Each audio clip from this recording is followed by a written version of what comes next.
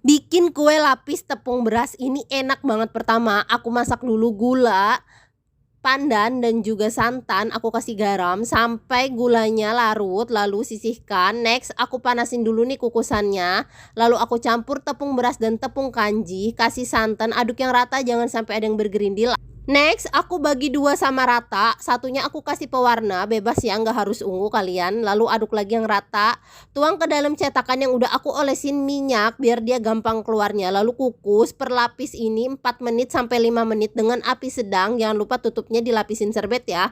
Lakukan sampai selesai, pastikan permukaannya udah set baru kita tuang.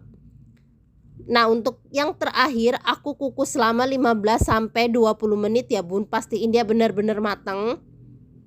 Aku pakai kompor induksi Idealef, dia irit banget listriknya dan gak bikin pantat panci jadi hitam. Gampang banget juga pemakaiannya, tinggal kita colokin. Tutup lagi, masak 15 sampai 20 menit, udah matang diangkat, biarkan dingin lalu kita keluarkan dari cetakan. Cantik banget kan hasilnya, lapisnya juga cakep banget. Kalian harus cobain, ini enak banget buat temen ngeteh ataupun ngemil sore hari. Yuk bikin all cookware di video by Idealef ya.